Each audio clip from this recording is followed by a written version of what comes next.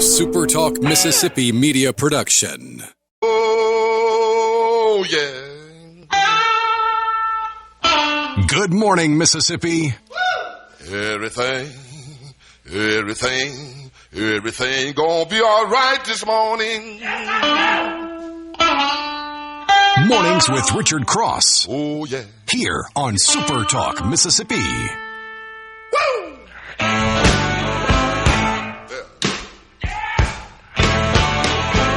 Now, when I was a young boy,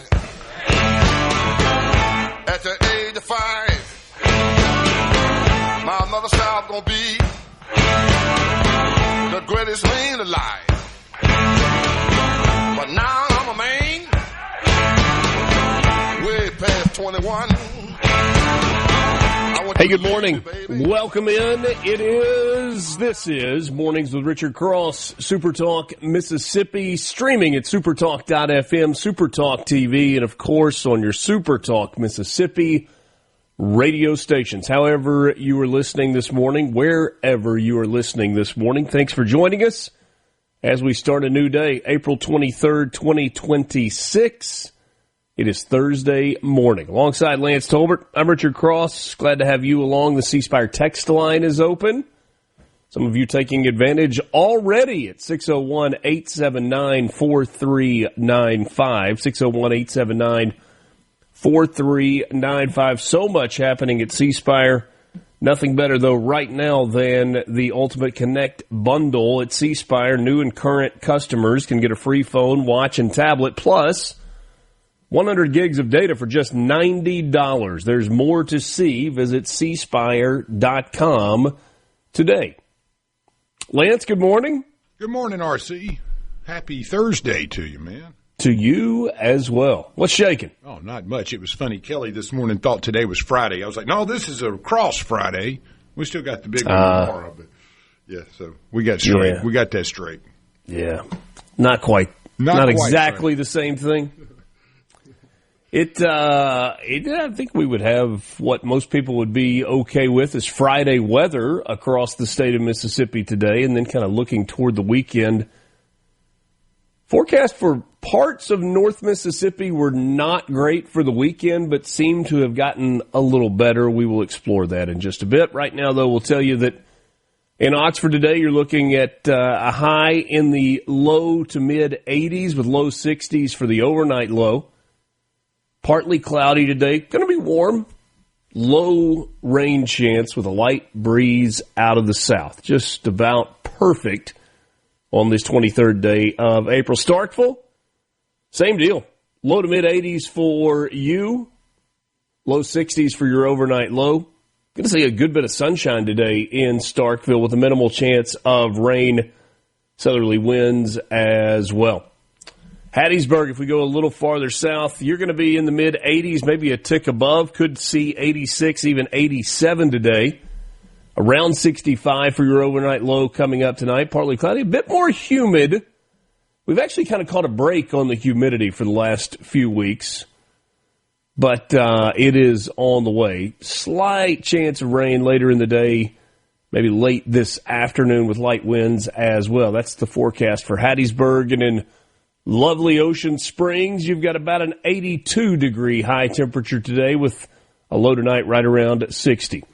Some morning fog will give way to mostly sunny skies this afternoon. Just a little bit of a breeze out of the south. Just spectacular in Lance's, one of his favorite cities, Ocean Springs. Ooh, love it. I do that to you every time. Yeah, I love that place, man. Yeah. Rockin' B jumps in on the C Spire text line this morning. He says, Friday Eve. There we go. That's worth a star. Or the 4-day work week. You know, this could be our new Friday. That's where I thought you were going before you went with the weather. It's like, well, I don't think a lot of people would mind if – I was like, yeah, I think a lot of folks would love that 4-day work week. If you can be as productive in 4 days as you can in 5. It takes me 6, you know. I'm sorry, but I understand. But there are some people that say productivity is actually higher when people know it is a 4-day work week as opposed to a 5-day work week. Don't have as much standing around and leaning against stuff, I guess. You know, you got to get it done. Yeah. And you work, 10-hour days as opposed to 9-hour days? I guess kind of in terms at least of the traditional 9 to 5 clock. Right. Yeah, I would be cool with that. It wouldn't matter to me. I mean, once you get there, you're there. If you got work to do, might as well do it. Absolutely. Nathan says, good morning, gentlemen. Hope your day goes well. I was working in Laurel yesterday when they blocked off Laurel Christian School. What a scary and intense situation. That's from Nathan. Nathan, I am not aware of whatever that activity was, but based on the way you text, sounds like things are okay now. Certainly hope so. Let us know if you've got you got more details. Bill says good morning on the C Spire text line as well. Bill, good morning to you. Well, today is William Shakespeare's birthday. And today is William Shakespeare's death date. I don't know if being born and dying on the same day is a good thing or a bad thing, or it doesn't matter if you live long enough, you just, it's time, whatever. Yeah, I mean, I think today's also like Talk Like Shakespeare Day, too, so. Well, I'm assuming that anything related to Shakespeare that is mentioned or celebrated today would be because he was both born and passed away on this day. I think that was what I was going with. Like, if you're born and you die on that day, you kind of get that day, I would think. That's your day, especially if you were famous. Sure. Yeah. And we can say that he was, right? Oh, of course. I mean, it's assumed it was him. Some people think Francis Bacon and others may have written, but hey, I'm going with Shakespeare. Yeah. That's the guy. He gets the credit. Wait, for what? For all the writings. Oh, for all the writing. Yeah, that's what his name's on. That's what people have prescribed to his work. There is a debate that Shakespeare's work is not actually Shakespeare? That it's multiple people, not just him. Yeah, it's a long-standing debate even amongst the British literaries out there. But Sir Francis Bacon and I think there's a couple of others that kind of play into that as far as their writings were extremely similar, and it looks that there could have been multiple authors of the many works of Shakespeare. However, I'm one of those that believes that, William Shakespeare is William Shakespeare, Stratford-upon-Avon, all that good old stuff. Yeah. But, there is a debate out there, as there is in just about anything these days. So, but this one's been going on a while. That there are multiple versions of John Grisham?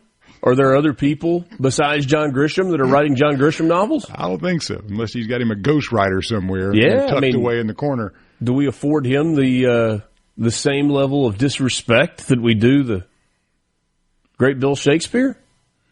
A horse, my kingdom for a horse. Richard III. Richard Cross the First, though. Yeah. King Richard Cross the First. I like it. There's a ring to it. King Richard. Yeah. There we go. Nobody ever thought of that one before. No. Got to put Cross in there, though. How some of them have the double, just to give you extra specificity as to the Richard it is. We got birthdays today. John Cena, WWE superstar turned Hollywood superstar, part of the Fast and Furious franchise. He was born in 1977. Kal Penn was born in 1977, known for the Harold and Kumar characters and his role in the Obama administration. Dev Patel had a breakout role in Slumdog Millionaire, also starred in Lion. He was born in 1990. Jamie King, 1979, appeared in the film Sin City and also Heart of Dixie, a film that was made in Oxford, Mississippi. You had the Heart of Dixie Motel right there that was it on University for the longest time. I think they filmed a chunk of it there. Had the little hearts on the door and everything. Yeah. Loved that place. Did you? Well, I mean, I never really hung out there, but it's like that Art Deco era of stuff. It was over close to where the drive-in theater was as well, right? I think so. It was right up from, or right down from the original McAllister's. right there on University. Oh, I'm sorry, on University Avenue. I thought you were saying Jackson Avenue. Yes, on University, where the Old Miss Motel is. Yeah, that's right. Yeah, there you go. Yeah. Roy Orbison, born on this day in 1936, the legendary voice behind so many hits, but especially Pretty Woman. Vladimir Nabokov, born in 1899, the author of Lolita and a master of literary prose. C-Spire text line, oh, if those rooms could talk. Probably just as well they don't. Just as well. Were people born and terminated the same day on Logan's Run? Ah, yeah, great movie. Man. From the internet, not my words, but a conversation that's been going around lately, a 32-hour work week consistently shows better results for employees' well-being and productivity, according to studies. Data highlights a 69% decrease in employee stress, significantly improved work-life balance, and maintaining or increased company. Good morning. Good morning to you there. Okay, up and at 'em. Start your day right. Mornings with Richard Cross on SuperTalk, Mississippi.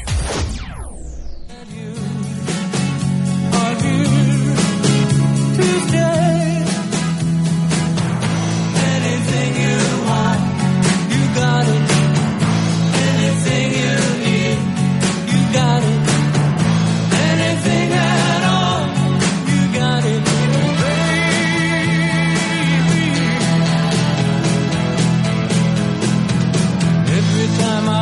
Mornings with Richard Cross is presented by Community Bank. Online at communitybank.net. Community Bank, rooted in our community. Shakespeare, widely regarded as the greatest writer in the English language and the world's preeminent dramatist. He is often called England's national poet and the Bard of Avon, or simply the Bard. Including collaborations, his works consist of some 39 plays, 154 sonnets, 3 long narrative poems, and a few other verses. His plays have been translated into every major living language and are performed more often than those of any other playwright. Considered arguably the most influential writer in the English language, as his works continue to be studied and reinterpreted. Shall I compare thee to a summer's day?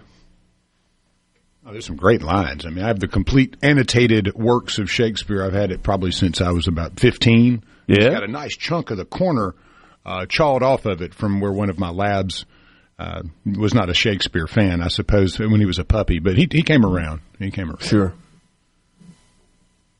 Hamlet. Othello. Oh, yeah.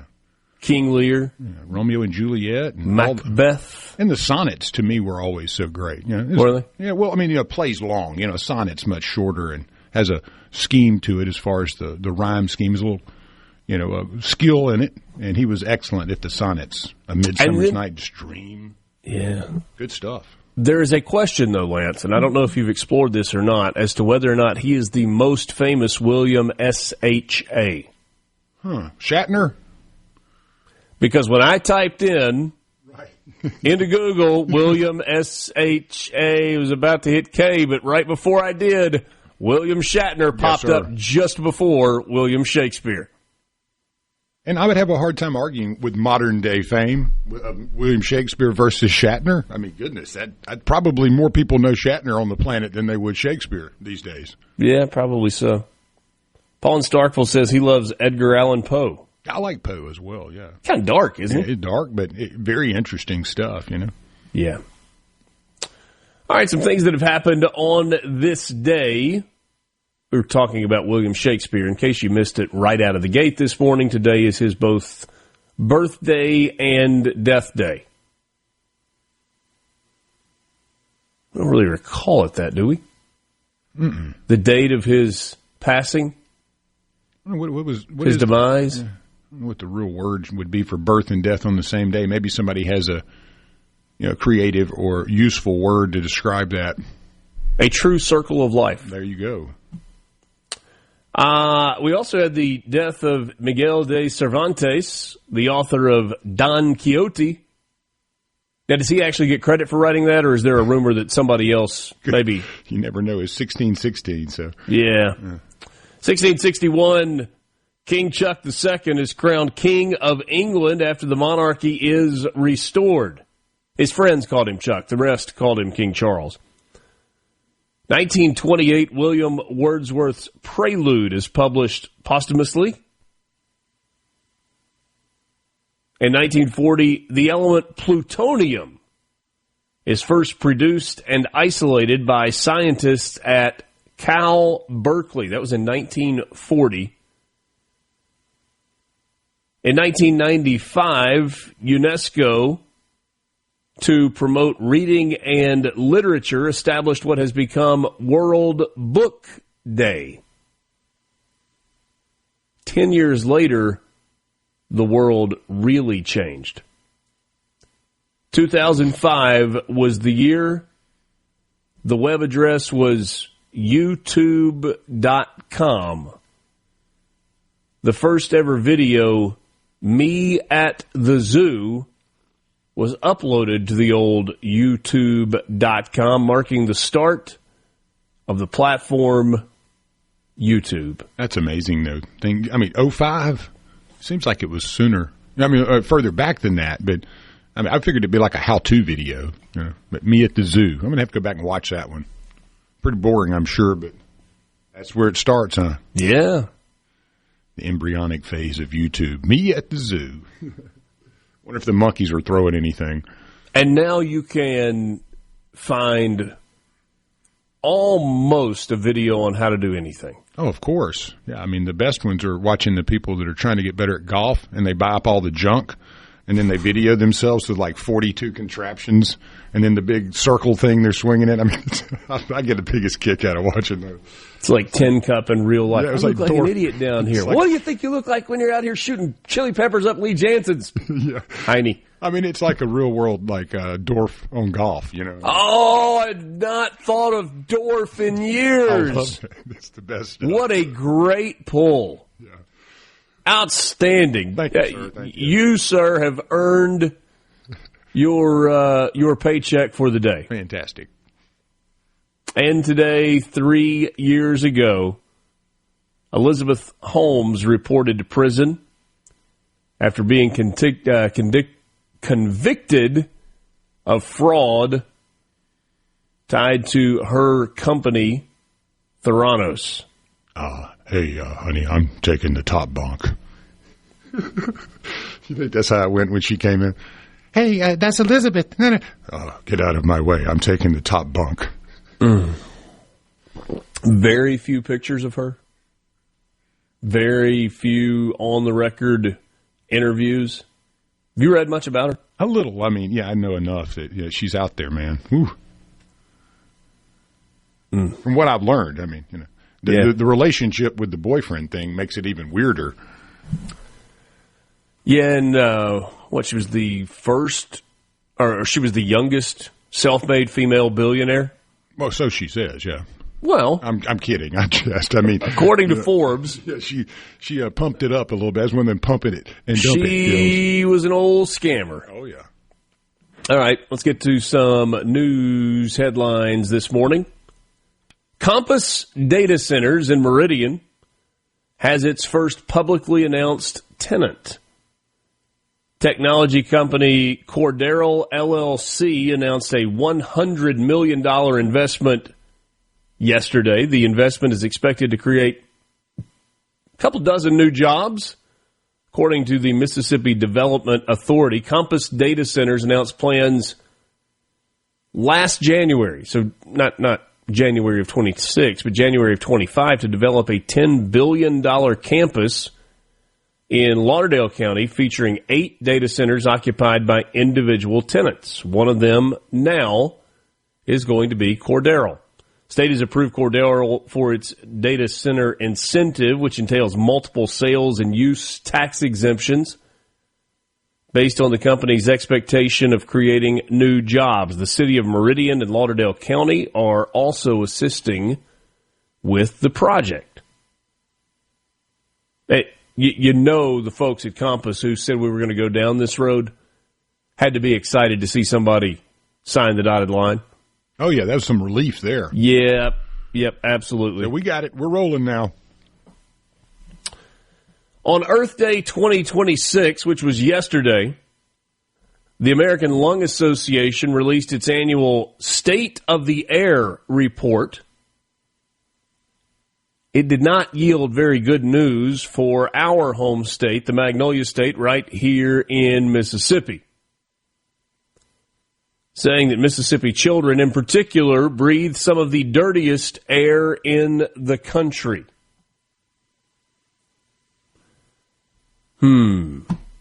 More than 65,000 kids across 10 reporting counties are exposed to unhealthy pollution levels. The report found through official federal air quality monitoring data across 3 years from 2022 to 2024. The report says that Mississippi stands out with major areas facing significant exposure to both ozone smog and particle pollutions. When industrial emissions, car exhaust, dust, and other pollutants interact with sunlight to worsen air quality. This probably shouldn't come as a surprise, right? That in a state that is as heavily dependent on agriculture, that there would be stuff in the air. I'd say humidity, too, probably has a play in that. Yeah. Children are highlighted in the report due to unhealthy levels of ozone and particle pollution being linked to premature death and serious health impacts, such as asthma and cognitive impairment. A little over 65,000 kids across Bolivar, DeSoto, Forest, Hancock, Harrison, Hines, Jackson, Lauderdale, Lee, and Yellowbush counties are breathing unhealthy air, according to the report. Gonna have to wear a mask. No, we're not going to wear masks, actually. Back with you right after this. Mornings with Richard Cross, SuperTalk Mississippi, streaming at supertalk.fm and SuperTalk TV.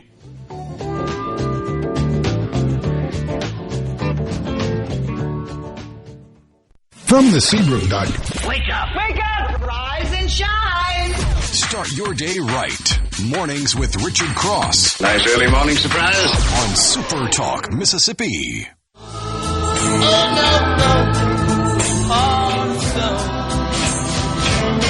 What's different about us? I don't really know. No matter how I try, I just can't make it right. Thanks for joining us. Mornings with Richard Cross, presented by Community Bank, online at communitybank.net, rooted in our community. C-Spire text line is open, 601-879-4395. One of Starkville's most exciting events, the world's largest wiener dog race, is returning to town this weekend. The 4th annual Starkville Derby, which coincides with the Boardtown Pizza Arts Fest, will be held throughout the day on Saturday, with the gates opening at 9 a.m. Live music begins. Food and art vendors open at 10. Then they will have the national anthem and a flyover that takes place before hundreds of Datsuns line up for roughly 80 races, which are scheduled to begin at 11:30. That's going to be something to see there. Yeah. I've seen some cool pics event. of that. Yeah, those little things can scoot, man. And in full sprawl, a dachshund is a very interesting-looking animal as it's doing its best greyhound impersonation. Yeah. Yeah, it's pretty interesting. Alden Thornhill founded the Starkville Derby with some friends just a few years ago, back in 2023. This is the 4th edition of it. She said more people and more doggies are expected than ever before this year. Last year, there were more than 250 dogs in the race and thousands of attendees. She said, we have 200-plus food and art vendors this year, 315 racers coming from 26 states, including 3 international-born racers. Wow. Named Bruno and some German names, I guess. Where they're coming from. Some Canadians and Mexican dachshunds, maybe, or are they Italian? Jumping? Okay, bunch of Fieros. Jump in the lake, man.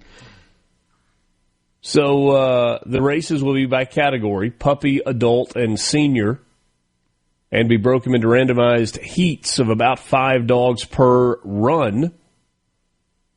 Raised more than $150,000 for shelter pets through the first 3 years of the event. Very cool. Heck yeah. I used to work with some shelter stuff in Oxford a good bit. And, it's really a wonderful outreach when you can find homes for pets. And there's always a shortage in needs as far as food and things of that nature. So that's a lot of money to go into the coffer. Great work. Hey, I had one for you. I know you're young, but to be or not to be, 'tis the question, sir. On this day, there's a company out there that released a new beverage, 1985. You probably don't remember this, but it was to compete with its bitter rival, Pepsi, the company Coca-Cola. It announced a new Coke coming out today. It took them until 2002 to get rid of new Coke. Yeah, people hated it. 79 days later, old Coke was brought back after bottlers refused to bottle the stuff. So that brings back good memories because I remember the marketing campaign leading up to it. And as William Shakespeare said, to be or not to be, 'tis the question. Well, it was not to be, sir. And I know a lot of our listeners remember that devastating day when New Coke came out and you tasted it and you went, oh, God, no. I mean, I am old enough to remember, probably just because I was a smart aleck, being at a restaurant, like, can I get a Coca-Cola Classic? Yeah. That stuff was terrible, man. But they thought it was better, and it was not. Apparently, I said Alden Thornhill. I said she. Somebody sends us a message, said, heads up, Alden Thornhill is a guy. Okay. Thanks for the shout-out for the Derby. Yeah, thank you. Appreciate no slight intended whatsoever. It's really, really cool. Really cool. Senator Roger Wicker took issue earlier this week with Trump administration officials who have been taking swipes at NATO and European allies, offering a strong rebuke at a Senate Armed Services Committee hearing to examine the posture of U.S. Indo-Pacific Command and U.S. Forces Korea. Here is part of what Wicker said. The growing alignment of our adversaries throws into sharp relief the enduring importance of America's allies and the way they help protect our strategic interests. For decades, our alliance bonds, including NATO, have provided a comparative advantage over authoritarian states like China, North Korea, Russia, and Iran. These alliances continue to pay dividends for the United States. People need to stop saying otherwise. Parenthetically, President Trump. It is not helpful when American leaders speak of our alliances with derision, but we must be clear about the numerous political, strategic, and moral benefits that our country receives from its alliances.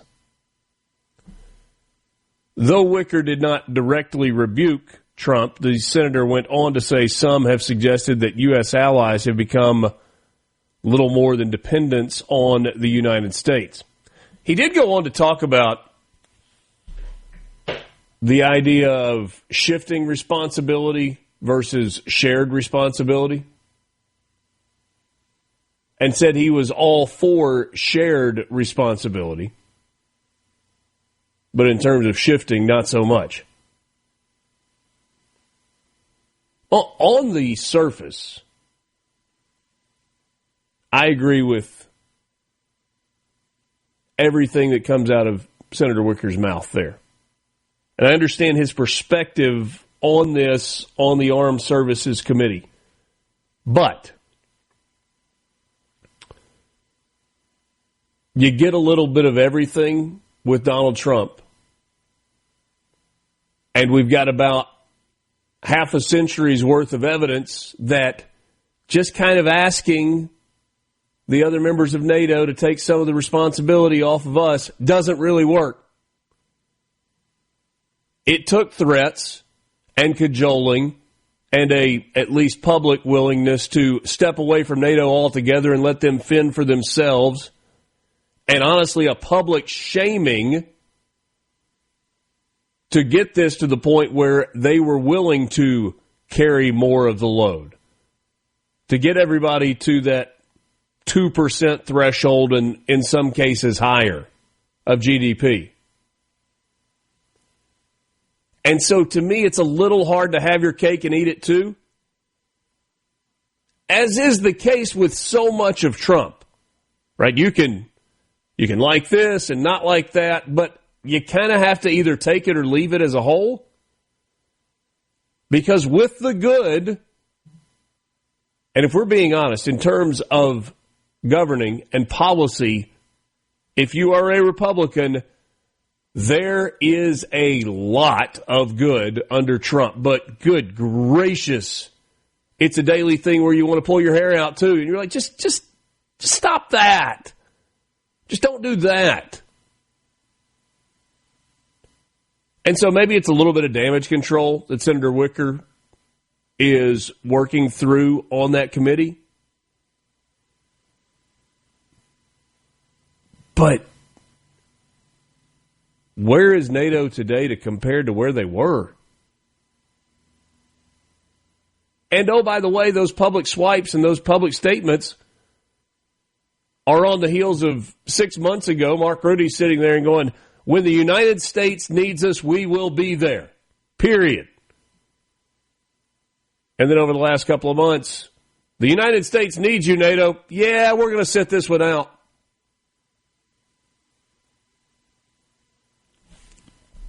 Time for your morning sports update.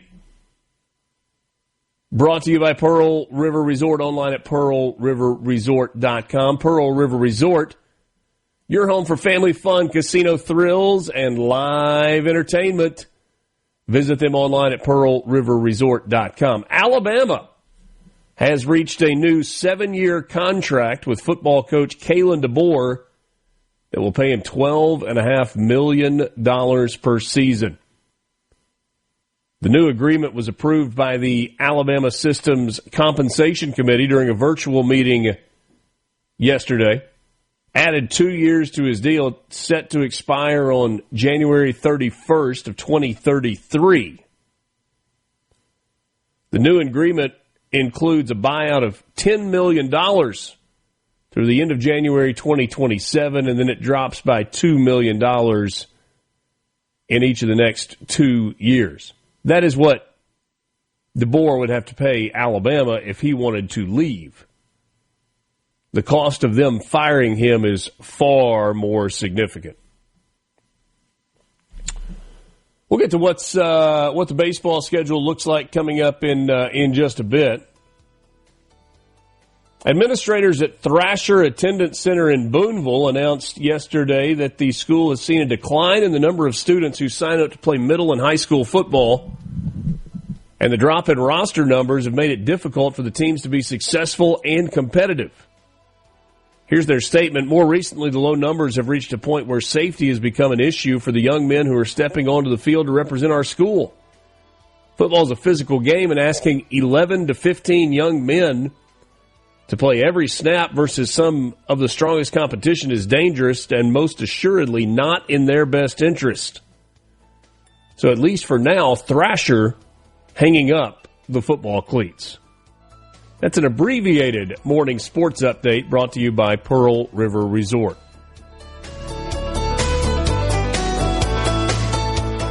Good morning from the SuperTalk, Mississippi. Ladies and gentlemen, Here we go. Now back to Mornings with Richard Cross. Now that's entertainment.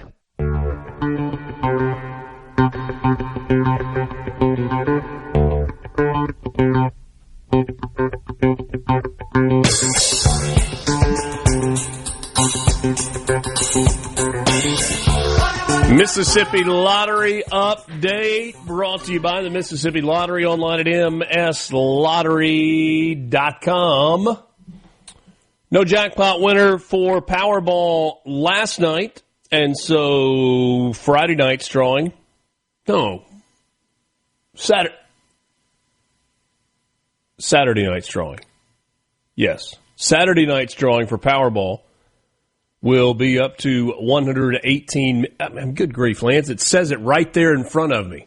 I'm just trying to figure out the days in my head, and if I could literally read estimated jackpot for Saturday, $118 million. Don't make it more difficult than it has to be, Richard. Come on. There was no Tuesday night jackpot winner for Mega Millions. Friday night's drawing worth $150 million.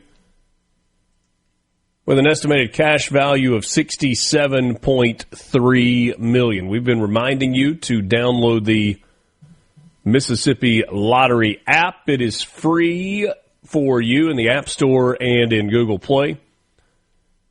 Great place to keep up with the latest on new games, jackpots, and special promotions.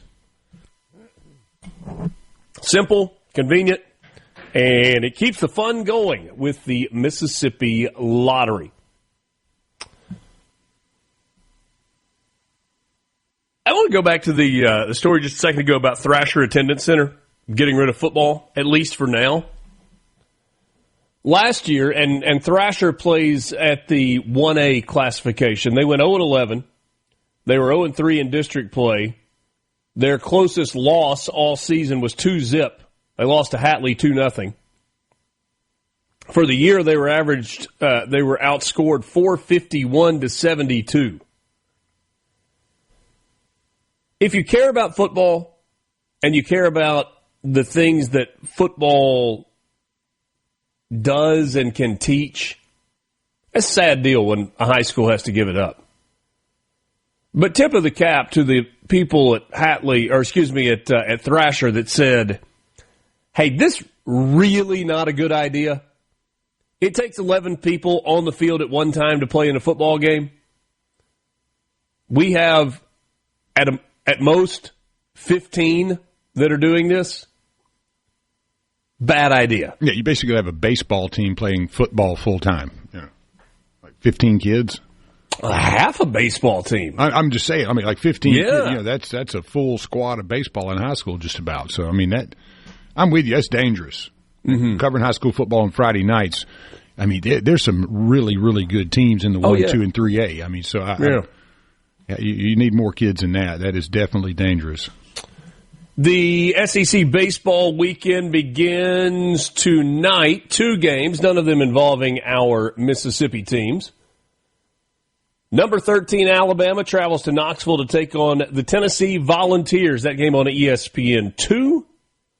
6 o'clock first pitch. And then number 24, Arkansas. You paying attention, Hog Man?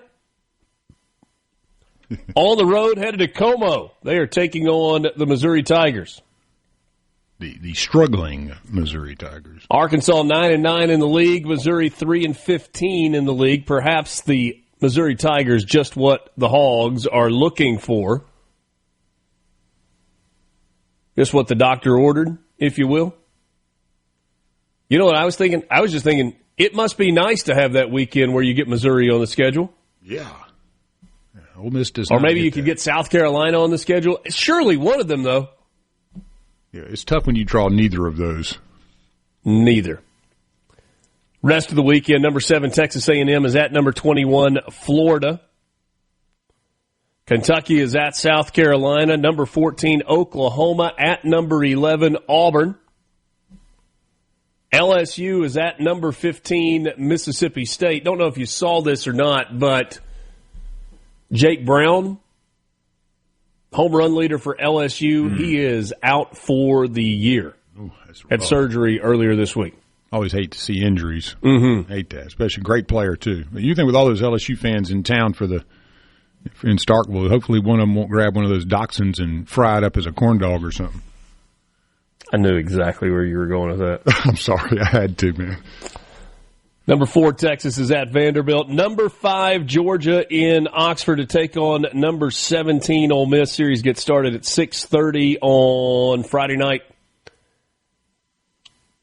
Those are the games that are happening this weekend in the SEC. And tonight, the NFL draft begins. 7 o'clock Central Time. Pretty much every sports channel on your television will be carrying some version of the draft. ESPN, ABC, NFL Network, which I guess is now owned by ESPN, ESPN2. It's all over the place.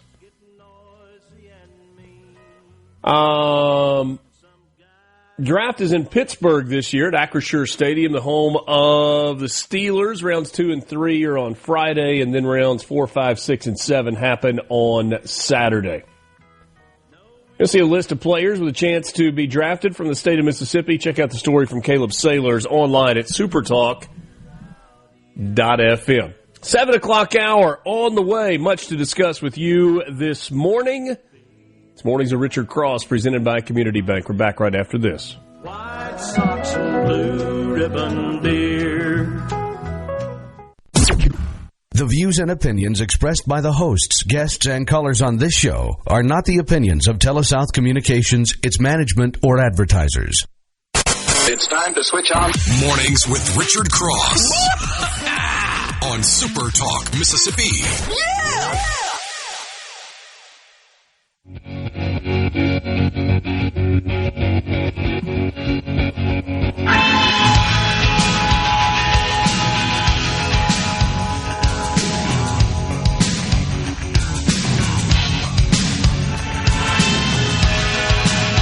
I'm the sun and the air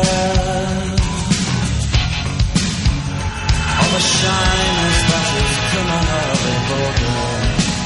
I am sun and air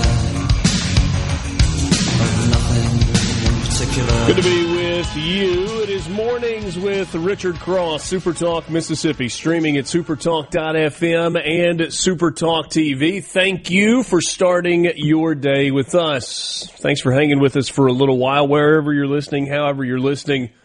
We're glad to have you along for the ride. Mornings, in case you're new to all of this, is presented every day by Community Bank. Online, you can find them at communitybank.net. You can also find Community Bank locations across the state of Mississippi. Wonderful people, and way more than just a place to manage your money. Your neighbors, your partners, and your trusted financial advisors.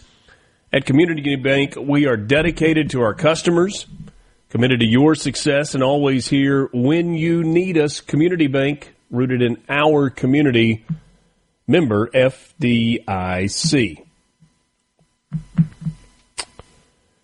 This hour of the show is brought to you by MWG Employer Services. I've been telling you about MWG for years. And yet, some of you might be like, I hear that, but I have no idea what they do. That's okay. If you work in a medium to large-sized company, there's a good chance that there is some sort of a portal that you log into where you can download tax documents, see all your company's policies, request time off, see what your time off balance is, check out other information and documents related to your employment, all of those things. At least in part, that's what MWG Employer Services done. They help HR professionals, payroll professionals manage the day-to-day operations of a business on the HR side. But it doesn't really matter if you're a company of 8 or 15 or 500. They can build a custom plan that fits you, that helps with the solutions that your need. So if you're an HR professional, payroll manager that is pulling your hair out, maybe it's time to talk to MWG Employer Services. You can give them a call. Their number is 601-206-7966 or go to MWGEmployerservices.com. Yesterday morning, we talked about the fact that despite Abigail Spanberger saying that Virginia is a purple state, Virginia voted very much to be a blue state yesterday. They had a referendum issue on the ballot about redistricting. And Virginians approved that change. 51 to 48.5 when it was all tallied. About 100,000 votes difference between a yes vote and a no vote.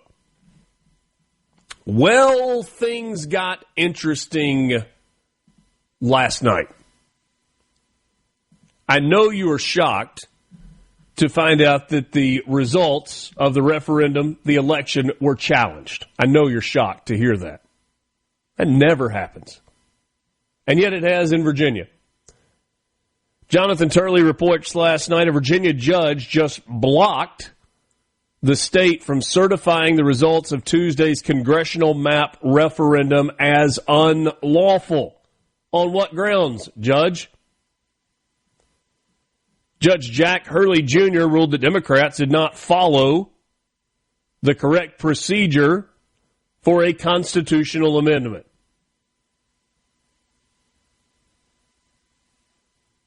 Throwing it out on a technicality? As you would expect, the Attorney General of Virginia says, oh, we will fight this injunction. Of course you will. Of course you will. So how did it happen? How did it unfold? The allegations of misconduct are real. They are loud. And they are, at the very least, eyebrow-raising. I feel like if you have not read any of this story, if you have not seen any of the analysis of it yet, and I just said, hey, if I did what I did just a second ago, I read you Jonathan Turley's report that a judge had halted the progress, and I told you that there were some eyebrow-raising events at best that happened, and I said, I'm not telling you anything else. You tell me the rest of the story. I think you would be really, really close to nailing it. What could it be? If you are driving in your car right now, if you're sitting at your breakfast table, if you're on the back porch sipping a cup of coffee, and you haven't yet seen this story from Virginia, you fill in the blank in your head right now, and then I'm going to tell you out loud and see if you got the answer right. What could it be that causes some raising of eyebrows, some sideways glances, some looks, and go, oh no, not again. It's what you think it is. Fairfax County dumps exactly, not approximately, exactly 35,000 absentee ballots, all voting yes in the special redistricting election in the final hour that the poll was open. It is a massive outlier compared to every other county in the state. The number also, again, being a perfect 35,000 makes it hard to believe that it's legitimate. It's not 34,326. It's not 35,118. It's 35,000 exactly. And there are a lot of people that go, well, Democrats are doing it again. They dump a batch of mail-in ballots at the last moment, and boom, all of a sudden the election swings.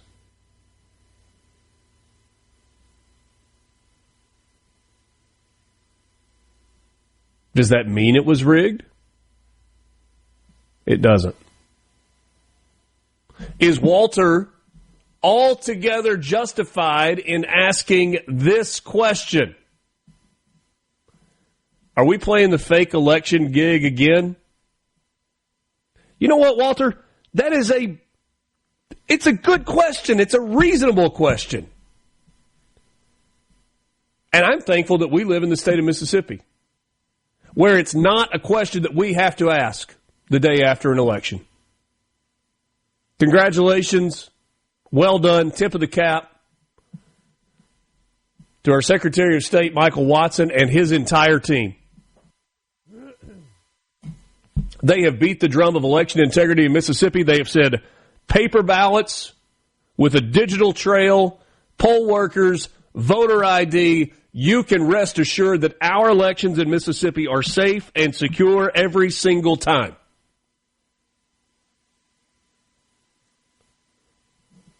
But when you can't, Walter, rest assured that your elections are safe and secure and accurate every single time. And then every single time it happens the exact same way. Is it just coincidence? Is it so much more of an overwhelmingly popular way to vote?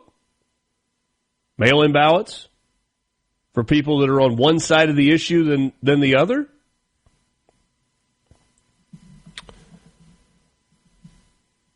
George in Biloxi says, going with some Paul Harvey action here. And now, the rest of the story. Paul Harvey, good day. CD in Taylorsville says mail-in ballot should have to have a copy of a picture ID to help ensure concern.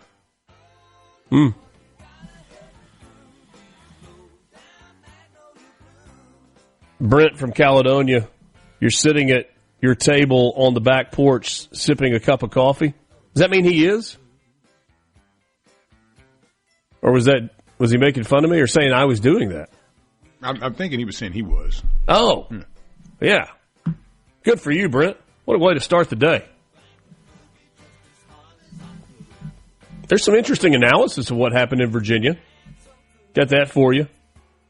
And do you remember who the Attorney General is in the Commonwealth?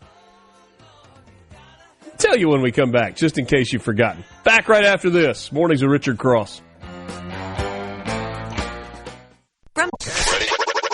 Mornings with Richard Cross. People want to hear the truth, man. That's what we're going to do.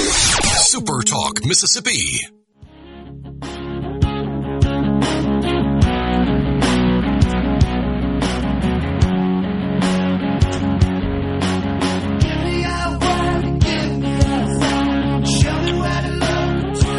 About 15 minutes from now, Peter Costa will join me, former governor with the New York Stock Exchange and market analyst with CNBC. I'm going to ask Peter, I think retirement has been good to him, but if he were still in the race, the Wall Street rat race,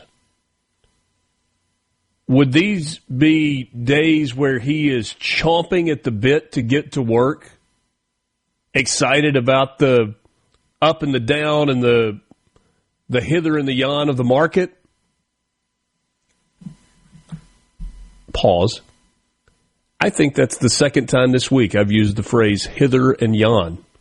And you've been reading Shakespeare. I think should that be something that we retire now, or should it become part of the Mornings of Richard Cross lexicon? Let's go with the lexicon edition. I like it. You know what? I should make like a chart or put a sticky note and occasionally add words to the MRC lexicon. Yeah, I love that. We could have like this running bit. Anyway. Yeah, we have a matrix for that. What was I talking about? Oh, you got to help me out here, Lance. Like if I go off the rails like that, you got to at least be able to pull me back in. What were we talking about? The hither and yon, man. Come on. Yeah, the hither and yon of what, though? We're talking about elections, right? No, that was before the break. Yeah. Oh, with Peter Costa. Yeah. You were asking him if he would be chomping at the bit coming to work. Would he be super days. fired up to be going to work every day? Or would this be one of those things where it's like, this is a disaster? Well, I mean, you make money when markets are volatile. That's right. You know. That's right. unless you're a buy and hold. So, all right, yes, Thomas, I was talking about the AG of Virginia. We'll do that in just a moment. Let me tell you what the president said yesterday. I don't love this because it's like, oh, here we go again. The dog is barking. I'm not calling the president a dog. You just understand what I'm saying. It's like we've heard this so many times that we almost ignore it. On Truth Social, Donald Trump writes, a rigged election took place last night in the great Commonwealth of Virginia. All day long, Republicans were winning. The spirit was unbelievable until the end when, of course, there was a massive mail-in ballot drop. Where have I heard that before? And the Democrats eked out another crooked victory. 6-5 goes to 10-1. And yet the presidential election in November was very close to a 50-50 split. In addition to everything else, the language on the referendum was purposely unintelligible and deceptive. As everyone knows, I am an extraordinarily brilliant person.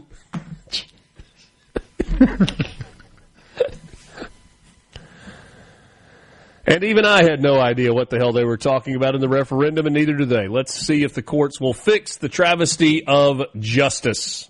Signed, President Donald J. Trump.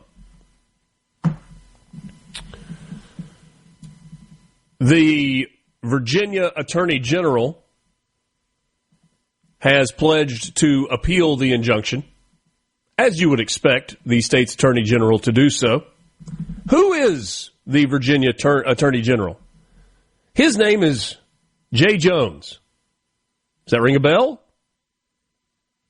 Yeah, you're like, it's still early. Remind me, Richard. Remind me. Jay Jones. Oh, yeah. He was the one that while he was running last November, or really before November, had the old tweets pop up where he talked about wanting to put a bullet in the head of one of the state representatives. Remember that? Talked about his kids. The only way to make them feel pain is to lose one. He's a real scumbag. But the good people of Virginia decided to vote him into office anyway. So that is the guy. Jones on a post on X said, as I said last night, Virginia voters have spoken, and an activist judge should not have veto power over the people's vote. By the way, a Democrat referring to a judge as an activist is rich. We look forward to defending the outcome of last night's election in court. So this was a pretty fascinating analysis that I found online last night of kind of the timeline in Virginia. This election analyst referred to an F curve at 8:59 p.m. It was actually preceded by a near F curve at 8:43. The two updates wiped away what had been a decent lead for the no redistricting voters. At 9:16, there was another big jump for yes. His analysis, most of the votes from all three of these came from Fairfax County, one of Virginia's most reliable vote manufacturing hubs. This is actually the thing that is concerning to me. Not so much that there was an F curve. The thing that's concerning is what he outlines here.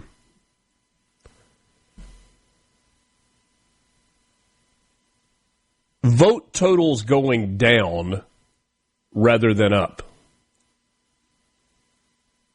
Think about watching election results. Think about your local county board of aldermen or board of supervisors. When the election results are coming in, I don't know if you've ever been to the courthouse or the circuit clerk's office and actually watched for election results. Here's the way it goes. You get a batch of votes from one of the precincts. And you're talking, maybe it's a small precinct. And 37 votes go to one candidate and 31 votes go to another. And then you get a batch where 3 more precincts coming in and 126 votes go to one candidate and 234 votes go to the other. And you watch the numbers steadily rise throughout the night until all of the precincts are in. And then you get the final results. Right? I mean, it's not a complicated process. How do you get to a place where results are votes are taken away. 23 counties had at least one case of negative votes in Virginia, including Chesterfield County's whopping 71,903 deduction that came at 10:45 on the morning after the election. Augusta County had 11,968 votes that were deducted at 10:18 on Wednesday morning. 13 counties had deductions in the same report at 7:41 p.m. on the night of the election, for a total of 18,476. Sometimes election officials will tell you, well, the numbers aren't official, but news outlets report those numbers as they come in. What's the explanation for reducing the number of votes on one side or the other by 70,000 or so? That's a head scratcher to me. So we will see where this goes. I think we've been together long enough that you know. All right, yeah, perfect timing on this text on the C Spire text line, 601-879-4395. Tinfoil hat morons, y'all can't comprehend conservatives losing anything at the ballot box. True Trump derangement syndrome. Kind of an opposite use of TDS there for the idea. As I was saying,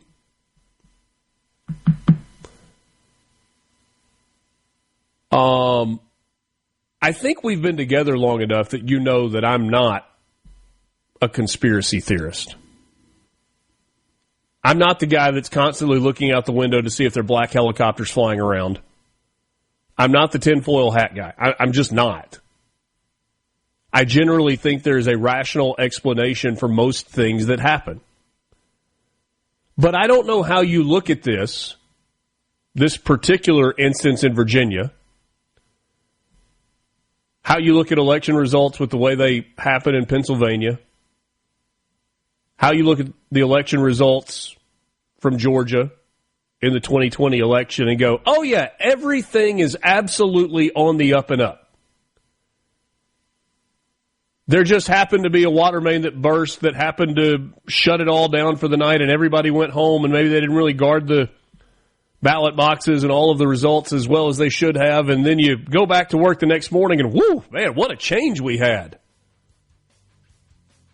I understand in a very, very close, small local election when you have to go through the affidavit ballot process and you have to verify who the voters are and whether or not they were accurately cast, sometimes you have a change one way or the other where a handful of votes have to be taken away. But tens of thousands of them over and over. Mike in Simpson County says, imagine filling the Superdome to capacity and telling everybody that was inside that building, sorry, your vote didn't count, we're taking that away from the total.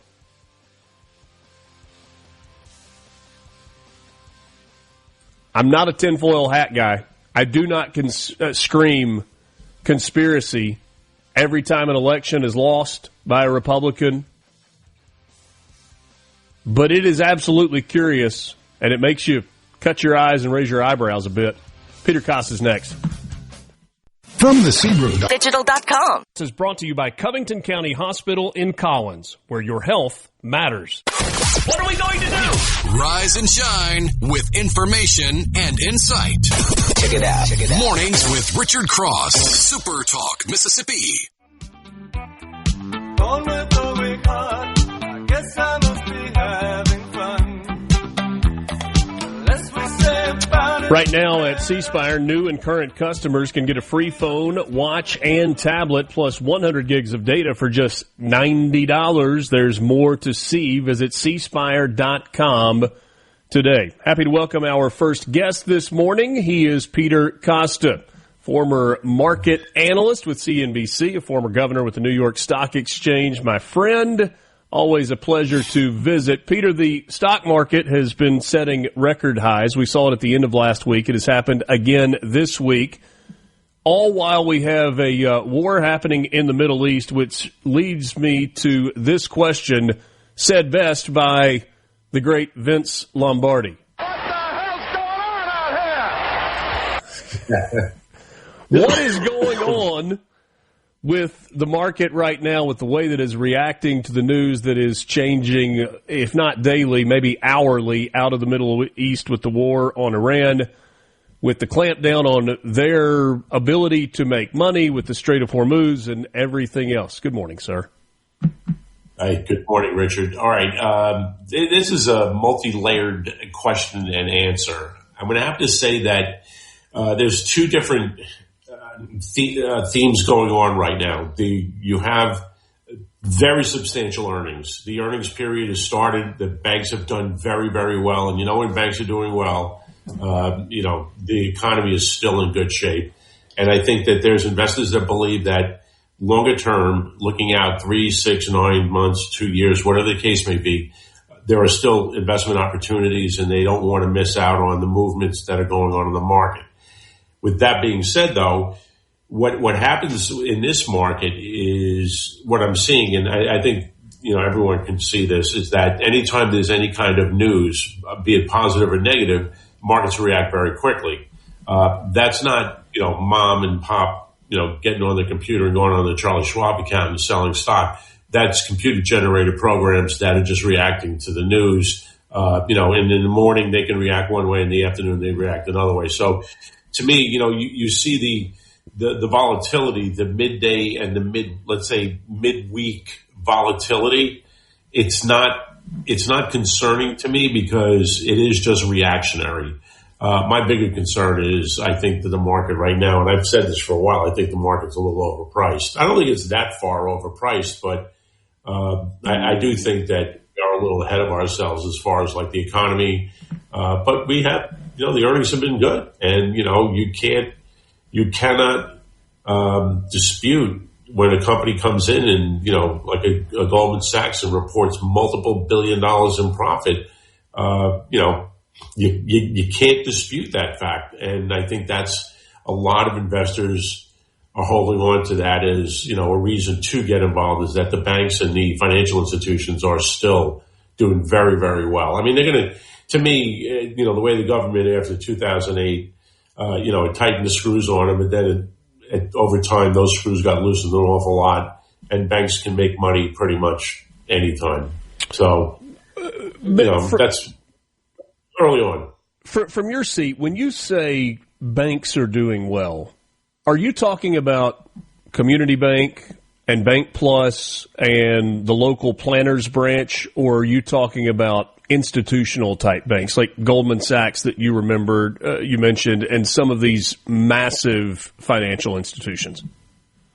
Well, I think, you definitely have to separate the two. Smaller banks like Regions Financial, which is my favorite bank of all time. You look at them and they're making money, but they're not crunching the numbers that a Goldman or a JP Morgan or a Morgan Stanley will do, or Bank America. But they are doing well, and I think we're seeing those earnings come out. Generally the big banks, money center banks, report first, and then the smaller banks report second. And from what I've seen, they're doing okay. They're not doing as well as the money center banks, but they are doing okay. And one of the things about these smaller regional banks is at some point, I don't want to start a rumor or anything, but I do think there's going to be some mergers, because I think that, a lot of these banks have, in their eyes, they think they should be bigger and better. And I think you're going to start seeing some of that again. And that's not the worst thing in the world. But, you want competition, and you do want community banks to survive and do well, because that's generally where small businesses get their money. So, I don't want to see too many of those mergers, but I do think we will see a couple of them this year, based on the fact that they want to compete with the big boys. So that's just it. There is a very successful Mississippian who was involved with Netscape, the founder, Jim Barksdale. And if you go back and you read the story of when Netscape was founded, the idea behind that was getting the fiber optic cable laid, getting high-speed trading in place. And it was kind of the dawn of the high-speed internet age. I say that only to kind of tie it to Mississippi, but when you say computer-generated programs, I think there are people that are listening that go, what are you talking about? I think about the stock market. I think about trading stocks. I know that there are institutional investors out there. But what are you talking about specifically when you say computer-generated programs that are doing all of this trading? And forgive me if that's an elementary question. No, not at all. And it actually ties in with Barksdale because I met him at a conference at Ole Miss many years ago, and he had proposed something, and he said, "This is what we're looking to do." And going back to what you're saying, he was going to build a fiber optic network between New York and Chicago, and I told him, I said, the only thing that you need to do is build fiber optic within a mile of any exchange data center. And he said, why? I said, because that's where all the other computer algorithms are. They want the speed is in micro milliseconds. So if you're 800 yards from a computer center, you have the option of, you have the ability to trade in front of a lot of activity because you're so close to the point of where it's actually happening. It's not happening on the trading floor of the stock exchange. It's happening in a computer terminal, not terminal, but a data center in Mahwah, New Jersey, and there's one outside of Chicago. I'm not sure where it is. But what happens is these computers can, when you put in an order, me or you, to buy 1,000 shares of IBM, let's say, they've already gone out before your order even gets to where it's going to trade. They've already bought stock in front of you, and then they turn around and resell it to you up maybe a fraction of a penny. And those fractions happen hundreds of millions of times a day. So I'm making like 0.001 per 100 shares on one trade. They're doing it so often and so quick that you don't even know it. You have no idea. If you were going to buy something at $100 and you end up paying $100 and a penny, it's not really that big a deal to you. But to them, they've made a ton of money in that span of 1 cent. So those computer programs, and this is just one facet of it. There's a million different varieties, but they make a tremendous amount of money. And Barksdale, thought the best way to do it was to give them fiber optic access in New York and Chicago, but they didn't need that. They only needed fiber optics from Mahwah to some executive office building 2 blocks away. That's all they needed.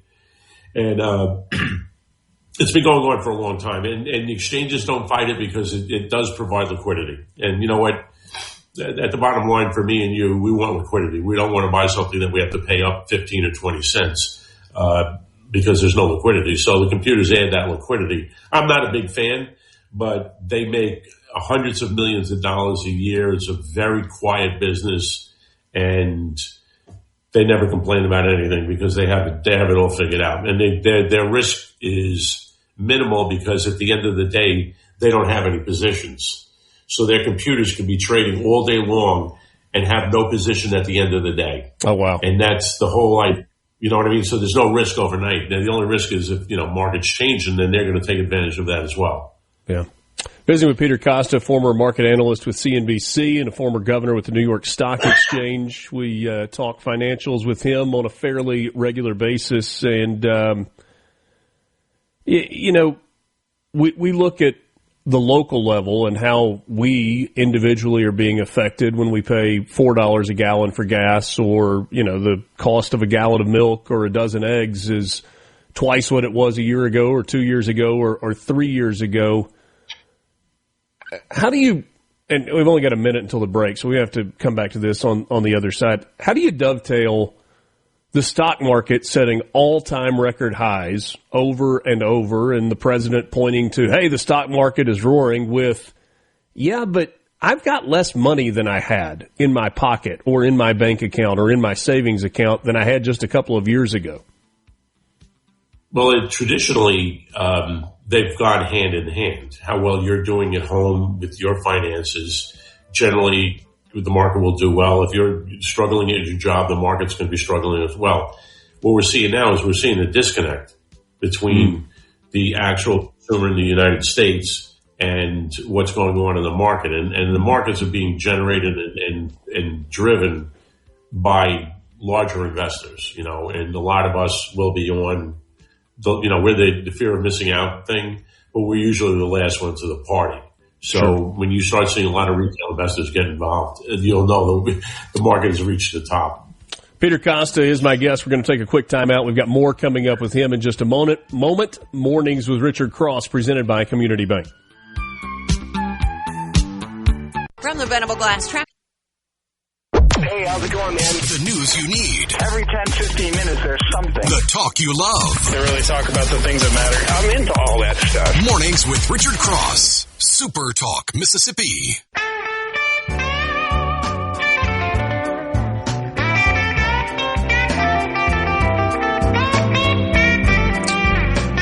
Pleasure to be with you on this Thursday morning, April 23rd, 2026. Peter Costa is my guest, formerly of the New York Stock Exchange as a governor there and also as a market analyst with CNBC. You could see him on television, and his hair looked just like that when he was on television, if you happen to be watching us on SuperTalk TV today.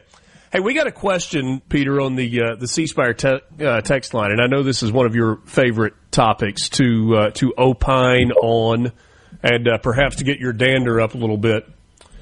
Thomas in Greenwood, and Thomas is a bit of a contrarian. He said, hey, ask Peter, if you don't mind, about insider trading.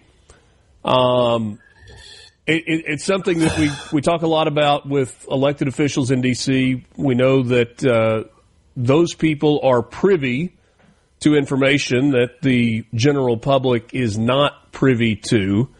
I think you have told us that it's something that you absolutely abhor, but it's part of the system. There's no question about that.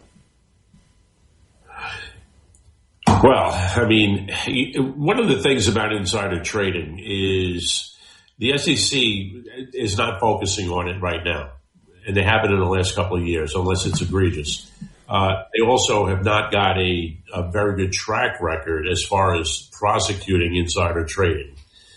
With that being said, it still drives me up a wall. I mean, if you're talking about politicians who have that advanced knowledge of something, they should not be allowed. I don't think politicians or anybody in Congress should have the ability to trade at all. I mean, that's just my feeling. I think they're... All right, let me interrupt then. Let me press pause then. If you say that, then do you have to advocate for a significantly higher wage for elected representatives while serving in Congress? Yeah, I have no problem with, you know what, there's two parts of this. I think there should be term limits, all right? And, whatever that might be, however that would work out. But I do think that they should be paid. It's hard to say commensurate because a lot of them don't do anything, but you have to attract the right people, right? I mean, this is what companies do all the time. They pay performance bonuses, so on and so forth, along with a very large salary. That's how they can attract the best talent for their C-suite. To me, it should be, with Trump, he's a businessman. That's the way it should be run. And I have no problem with them getting paid more money if they actually would do something and, having a performance based. If you are successful as a congressman or a senator and you get a lot of legislation passed, we may not agree with it, but you have to admit if you get legislation passed, it's significant. It doesn't, to me, it doesn't matter if it's good or bad. It's significant if you get some legislation passed. If you can do that, maybe there is some sort of performance bonus involved. But, to see like Nancy Pelosi worth $130 million and she was making $175,000 as a representative from California, to me is just, where did that money come from? And I think that one of the things that we don't have is the ability to look into the senators and House of Representatives, their financial statements. I know in being in the financial industry with the Patriot Act, they could come in and look at anything they wanted and didn't even need a subpoena to come in and look at your finances. Why wouldn't they do the same thing for, Congress? Let them go in there and see where is all this money coming from? How are you that rich? And, it's not all insider trading. I mean, there's other things that are probably benefiting them financially, So to me, I do think that, your master should be the people that elected you. That should be your master, not, political action committees or lobbyists. And, I think that there definitely needs to be some reform, but you got to remember, who's going to reform them? They're not going to reform themselves. Not going to do it themselves. Not going to put term limits in themselves either. Last thing for you, got about a minute left. Some disagreement between the president and the Secretary of Energy and the Secretary of the Treasury on what gas prices are going to do. I'm not painting you necessarily as a fuel price expert, but Trump says they're going to come down fast. That's what he wants to see. I think it's Chris Turner with Secretary of Energy who goes, it may take a little bit longer to get into those $3 prices. Where's it going to end up this summer? Well, what I think that is, I do think gas prices will come down faster than the Secretary of Energy believes. I think he's shooting a longer term so he can't look bad. Okay. Right? I mean, if he says, in July we'll be back to $3 a gallon, and it doesn't happen, he looks like an idiot. But if he says it's going to take a year, he gives himself a lot of runway. So to me, that's typical of any politician or anybody in that position, and I understand that. Do I think that they're going to come back below $3, within the next month or so? I don't think so. Only because the oil market is now in a space of $85 to $105 a barrel. Yeah. All right. At $85, you're still over $3 a gallon for gasoline. So you have to break through the 85 level to bring that gas prices below, or at $3. You're great, my friend. Thank you for your time. Your home, conversations, and clarity. What a great way to start your Mississippi day. Mornings with Richard Cross on SuperTalk Mississippi. She traveled all around, all across this country. Met a lot of people, made a lot of friends. She got the feeling of a swamp playing running through her blood. She going back home, but she don't know when. Glad to be with you on this Thursday morning. Today, the 23rd of April, 2026. Mornings with Richard Cross is presented by Community Bank. At Community Bank, we're here for every part of your financial journey. Looking to manage your personal finances? Our banking services make it simple, secure, and tailored to you. Ready to grow your business? We offer expert guidance and custom solutions to help make your business thrive. Dreaming of a new home? Our mortgage specialists are here to make the process seamless, all designed with you in mind. We're more than just a bank. We're your partner for life's biggest moments. Community Bank, rooted in our community, member FDIC, equal housing lender. I've always been of the opinion that a life well lived is one that is a culmination of life experiences. And if that is indeed accurate, then our next guest this morning would qualify in the life well lived category, because the number of experiences through work and through personal interest as well is long. Craig Ray joins us now. He is the former director of Visit Mississippi.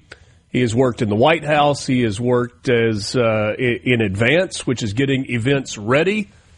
And I've recently learned that he is also a horse racing enthusiast, and we are getting very close to this year's Kentucky Derby. And, Craig, we all know that is the time of year where everybody all of a sudden is a horse racing aficionado. Good morning. Good morning. Thanks for having me, and what a fun subject to talk about with, just as they say, coming down the stretch here, just a week and a half or so to that first Saturday in May. It's going to be a lot of fun.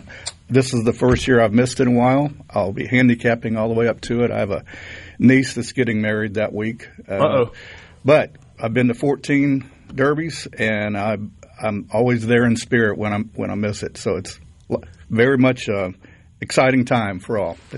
Most everybody that has a bucket list of sports-related items has the Kentucky Derby on it as a bucket list item. Usually it includes the Masters, the Derby, maybe there's a Super Bowl or a college football national championship or some other things in it.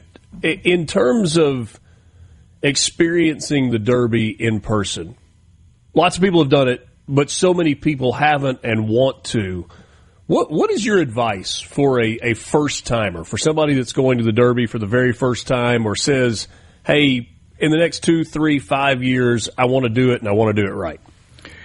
Well, I would, first of all, Churchill Downs has 2 long seasons that you can go up and go to the track there. I would go for another big weekend, like maybe the Stephen Foster or some other days, to go and experience without 165,000 people there, just to go see the track, go to the backside, see the horses work out, really get a warm-up so you're not so overwhelmed when you do go to the Derby, because it's you can just get lost in the pageantry and looking at, well, people watching, forget about the 4-legged fillies, all the other women that are there and the scenery and the drinks hats and the food, the dresses the hats, and the whole deal. Yeah, but to do it right, I would be ready to spend some money. Do not go on the cheap. So try to get, whether you're renting a box and taking some friends with you, or go and invest in some good tickets. That's first and foremost. Okay. I'm not saying the $10,000 million row seats, but you can, spend a couple $100 on some good seats for starters. Get your outfit, get your game ready. I would even look into, some people do the Oaks and the Derby. Thursday is called Thurby, which is local day, and they have about 50,000 people there. That's a lot of fun, too. But the full 3 days, Oaks, Derby, and Thurby, that's a lot to take in for a beginner. So I would just focus on the Derby. Get somebody that friends that maybe haven't been there before, but go ahead and invest in some handicapping advice. Go prepared. Okay. And with that, it is not a sprint. It's a marathon. There are about 15 races that day. So the Derby might be the 13th race. So the first race is in the morning at 10 o'clock. So get there early. Don't start hitting the mint juleps till about the Derby race. And there's enough other things to enjoy during the daytime. I would place your bets early because of the length of the lines and the windows for each race. You can actually bet all your races when you walk in the gate. You can go ahead and do all that if you want to.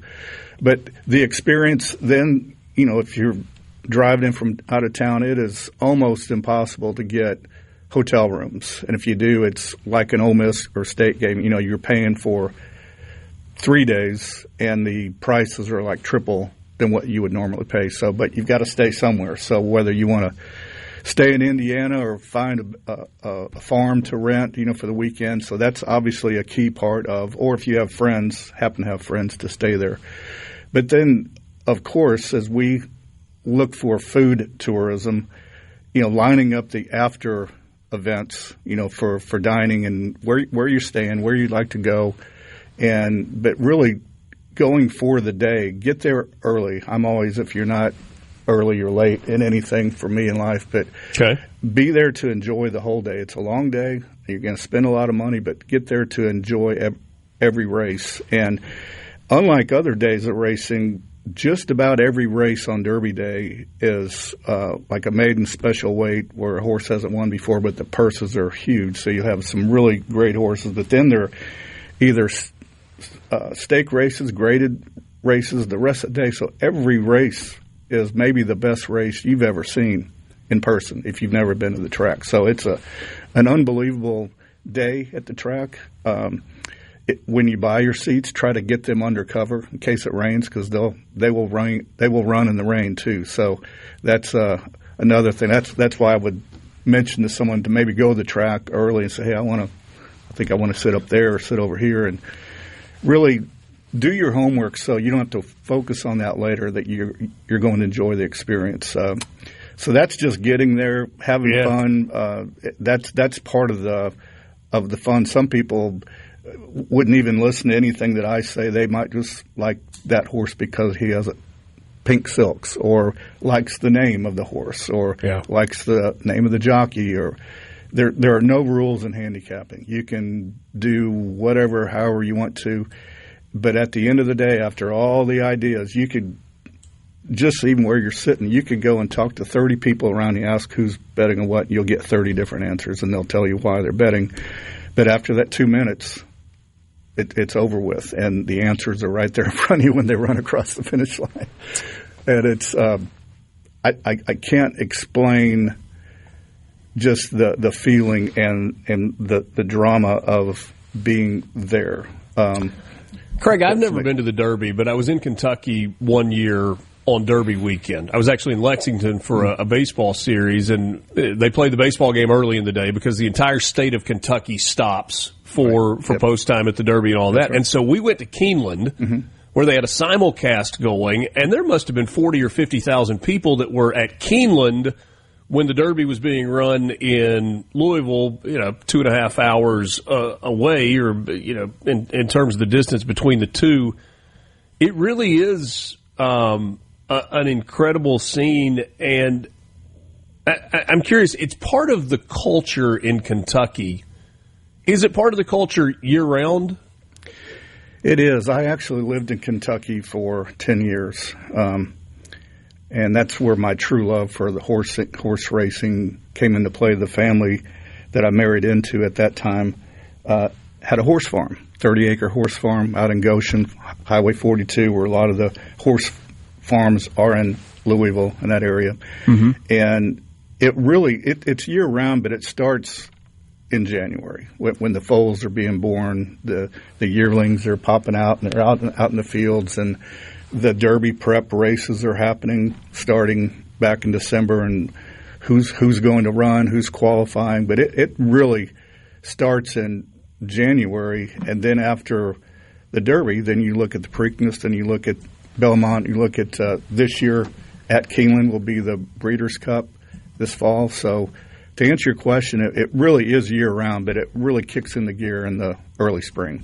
There was a story just a couple of days ago about Churchill Downs, which is not just a track. It is a massive corporation also purchasing the Preakness. And I'm curious what that means for the Triple Crown in particular, but maybe horse racing more generally. We've got about 30 seconds to the break. We'll continue the conversation after the break. I saw that as well, and I don't know that they physically will own the new track that's being built for the Preakness. This year it's at Laurel. But I think they own the rights, the betting rights, just like the fairgrounds in New Orleans, Ellis Park in Kentucky, Turfway. They have all the betting rights to that, the income. Now, whether they physically own the tracks or not, okay, I don't know that. Gotcha. So it may be almost an intellectual property play as much as it is a real estate play. Absolutely. Craig Ray is my guest. He's former director at Visit Mississippi. He has worked in the White House, and we're just setting all that aside, and we're talking about horse racing a little bit, as we're about a week and a half from the Kentucky Derby.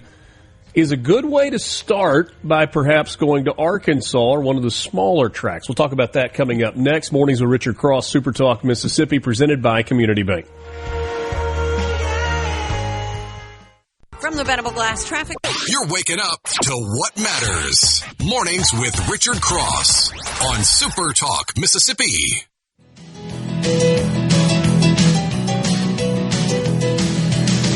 One day I ventured in love, never once suspecting what the final result would be. How I lived in fear. Good to be with you on this Thursday morning. Weekend just around the corner. Got some good questions coming in on the C Spire text line. We'll get to those with Craig Ray coming up in just a minute. We're talking horse racing as we're about a week and a half away from the Kentucky Derby. That holiday on the calendar, the first Saturday in the month of May. Craig, I've heard people say that the best way to make a little money in horse racing is to start with a lot of money. How accurate is that? That's 100% true. Most of the people that are successful in the horse business have made their money elsewhere. And it's a hobby? Yeah, it's an expensive hobby. Very rarely do they own the horse farm and raise the horse from top to bottom. They're buying these expensive horses at the sales from their billions of dollars that they have made somewhere else. That's kind of the rule of thumb, or syndication, where you bring it in. I'm a member of one in Arkansas, but where you give the opportunity for several hundred investors at a small amount to come in to join the bigger investors in the group. So it's a lot of fun. It's expensive hobby is a good phrase for it. So yeah. Speaking of Arkansas, right before the break, you talked about maybe would that be a good warm up, and especially here in Mississippi. Absolutely, yes. We went to the Arkansas Derby. We had one of our syndicate horses running that day. They had a record crowd of 73,000 people in Arkansas, and it's a wonderful facility. It's about a 4.5-hour drive from here. That would be, honest to goodness, a good warm up for the Derby. You can get a full taste of dressing up and being very close to the horses, the way that the track is built, and it's a wonderful tourism town. But or the fairgrounds. Fairgrounds in New Orleans, just an easy drive where they have Jazz Fest right there. It's a wonderful facility too. So you got racing in Hot Springs in Arkansas, and the Arkansas Derby precedes the Kentucky Derby. That's spring. Sometimes it's cold. Sometimes the weather's absolutely perfect for that. New Orleans, you've got racing. I mentioned Keeneland a second ago, which is in Lexington. A little bit smaller facility, but a gorgeous facility. Absolutely beautiful. It's one of my favorite tracks for what it is. It's really based. They're only open a year, I think maybe 30 days, 2 separate meets. But they make spring races and fall races, right? And they make all their money there off their sales. And this year they're hosting Breeders' Cup again too, which is amazing. Yeah. I want to go back real quick if I could. I have had this note as you were asking me about the Derby experience. And this is for the newbies that go, but these are 2 moments that you've got to be ready for, that everybody, maybe they don't realize how special they are. But when it comes up to the Derby race, as the last race before the Derby starts, they line up the horses on the backside and they walk them over to the front side in the paddock area, and they allow the owners and some guests to walk with their horse, and you see them coming across. But what's unique about that moment is each year the number varies, but I think last year or this year there will be about 25,000 thoroughbreds that are registered in the United States. Not alone, maybe another 50,000 worldwide, but 25 that are registered that could run in the Derby if they qualify. The horses that walk out on that track are the 20 top horses in the world at that moment. And it's really special to just take that in and then, which I didn't realize that for many years, that's really the moment you want to feel it. The crowd gets kind of quiet, and it's like announcing the USA Basketball All-Star team. These are the best playing right now. And for that moment, you get to see them perform. And then once they're in the paddock and you get to see them parade and get ready, and when they walk out, as the Louisville band plays My Old Kentucky Home. And for that moment, you've got 165,000 people listening and singing. And it's just an amazing feeling. If you ask any jockey, any owner, trainer, what's your favorite moment, it's other than winning, is then in that moment. So I just want to make sure for the newbies that are going, write that one down. You need to be ready for those 2 moments. I was going to guess that My Old Kentucky Home was one of the 2. I was really interested to see what the other was. A couple of questions that we get. This message comes from a listener that has ties to Arkansas. He says, what do you think about horse racing seemingly leaving in droves the state of California, with many of the trainers relocating in Arkansas or other parts of the South? My opinion of that, or? Sure. Yeah. Well, I think like everything else in California, the fields are smaller out there. There aren't as many horses. There are as many bettors there because of the population there, but there aren't as many horses to fill the races. I think it's further away. Obviously, you're in that network where if you're here in the South, you've got Fairgrounds, Keeneland, Churchill, New York. There are many closer tracks that you can shop your horses to. I think the distance plays a part of that. Okay. I think just like everything else, the cost of living and taxes and everything for the owners, you see a lot of haves and have-nots in that market. But Bob Baffert basically owns that market. But just anytime you watch a race out there, look at the size of the fields. I mean, even in their biggest races, they're like 5, 6, 7 horses running. So I think the people love to ship over to our tracks, but are looking to move here. And the Arkansas Derby is not just the Derby, the Arkansas Trail, which is the Rebel, the Razorback, the Smarty Jones. That you could go to Arkansas and just stay there and race your horses for the Derby Trail, and the purses are high because of casinos that help out there. So there are a lot of reasons, but I think you do have to bring in the big picture with the cost of living and the distance from all the other tracks as you're trying to prepare for these bigger races. That would be mine. Keith in JS has a handicapping question. He says, when you're betting, what percentage are you looking at the horse versus the jockey in terms of trying to decide the direction you're going to go? Well, if we're talking about the Derby or just on a daily basis. Yeah, let's just say with the Derby. Well, the Derby, I would extend it further than that. I have my own checklist of about 6 or 7 things that I look at every horse, and I'm kind of giving it a little rating as I go forward. But the jockey, again, here goes the thought again. In this race, you have the best jockeys in the world that are riding. You have the best horses that have qualified. You have some of the best trainers around. And so you've got to put all that into consideration. But for me, the jockey is very important. I mean, you've got a good horse. The horse that's riding won the Bluegrass or won the Arkansas Derby or something. But the jockey got him across the finish line. So the trainer does all his work to get him there, get him on the track, and then he hands over the reins to the jockey, and it's up to him at that point. So I think the jockeys are very important, and at this level too, they're all very good. So, but it is definitely important. A note while you're handicapping to see who the rider is. Do you have, and I know we don't have the field set, we won't get that until this Saturday, but in terms of points rankings, the likely entrance into this field, do you have one that you are specifically looking at right now? I happen to have it right here in front of me. Okay, here's your big winner.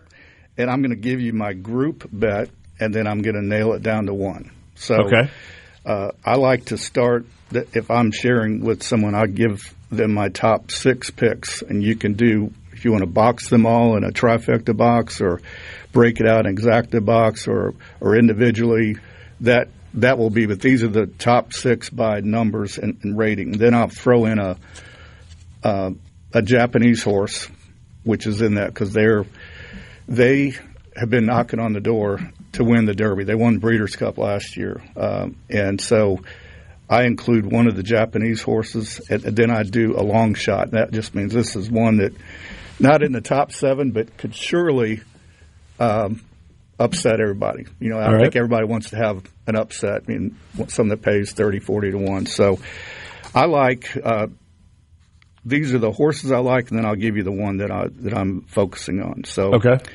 Commandment is trained by Brad Cox. He won the Florida Derby by a nose, and he is by one of the hottest sires around into Mischief, $250,000 to be sired there. So he beat La Puma in the same race by a nose, and they had the same speed rating, and I just couldn't separate those two. I mean, you can't penalize a horse by losing by a nose and having the same speed. So I put those in 2 together. So Happy is a horse from California. Mike Smith is the jockey and won the Santa Anita Derby. Renegade, the Arkansas Derby winner, trained by Todd Pletcher but owned by the billionaire Mr. Rapoli. Further Ado, love the name, won the Bluegrass, trained by Brad Cox. He has the highest speed rating figure of all these horses. And Craig, I'm going to interrupt you. I want to hear the last couple, and I want to hear your favorite, but we're up against a break. Okay. So let's hang tight just for a second. We got more coming up with Craig Ray. We're talking horse racing on this Thursday morning. Kentucky Derby just a week and a half away. We're back with you right after this. Mornings with Richard Cross, SuperTalk, Mississippi. From the scene, when they ask where you heard it, you tell them. I know you heard it right here. Mornings with Richard Cross on SuperTalk, Mississippi.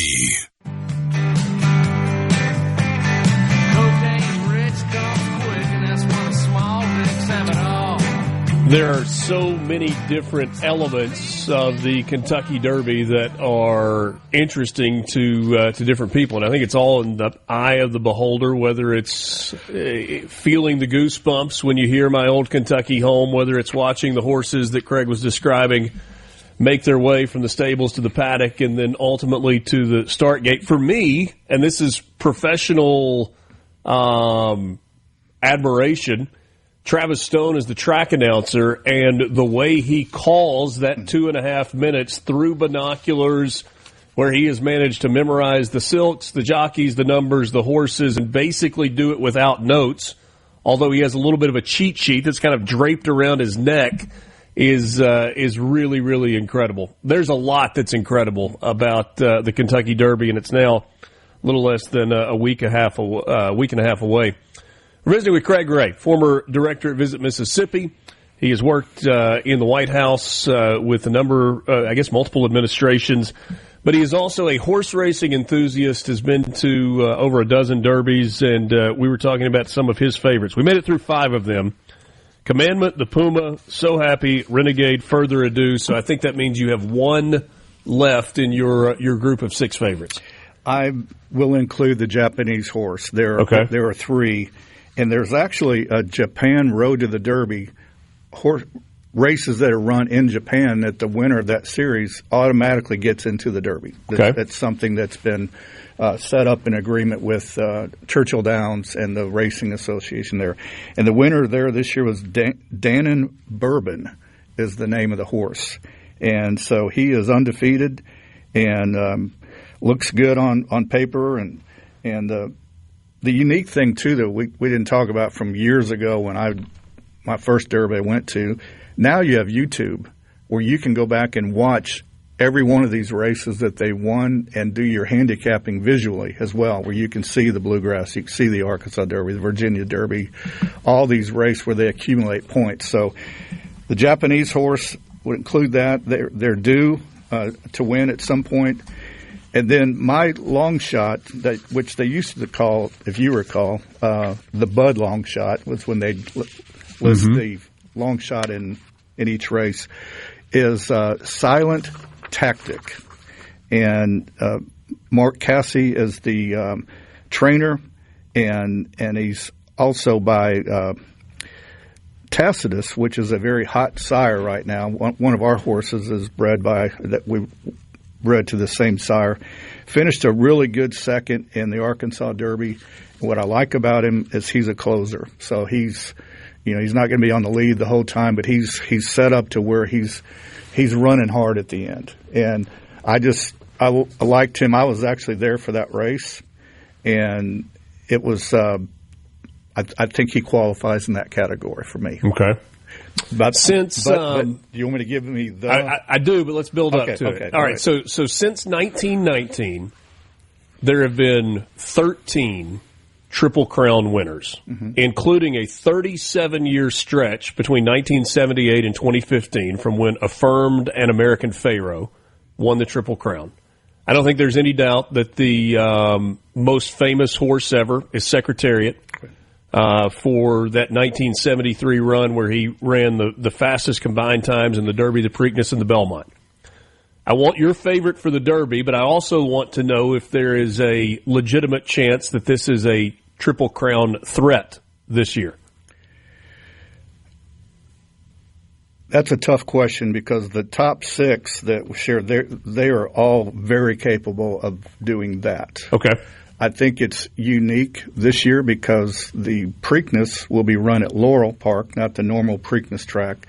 Belmont will be open next year, the new $5 billion track. And so this year the Belmont is going to be run at Saratoga.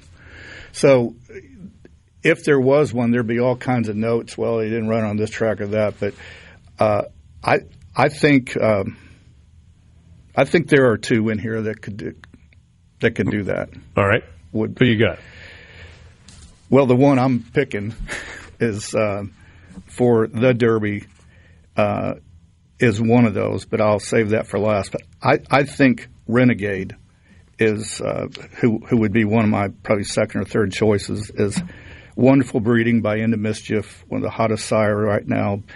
Great trainer, great owner, one of these billionaire owners, but he is an amazing horse, and he stays healthy and gets by the Derby. He'll be tough, and I know that the owner would.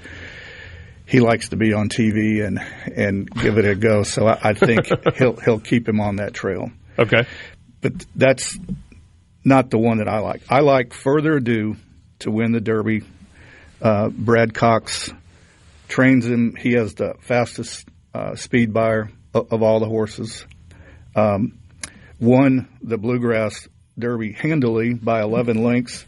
People say, well, he didn't beat anybody. Well, that's not his fault. You know, he raced and he beat whoever was at the track.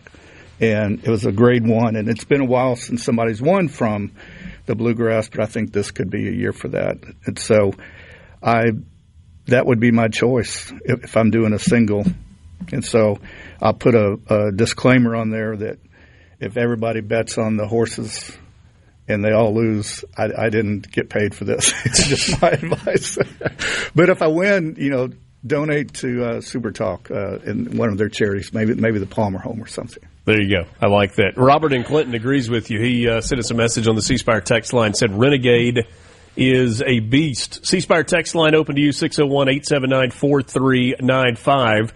With C Spire, it's easier than ever to get all the devices you want in one move with the Ultimate Connect bundle. Right now, new and current customers can get a free phone, watch, and tablet, plus 100 gigs of data for just $90. That includes the new iPhone 17 and Samsung Galaxy S26 for free, and a free smartwatch and tablet to go with it. So don't wait. There's more to see. Visit cspire.com or stop by your local C Spire store today.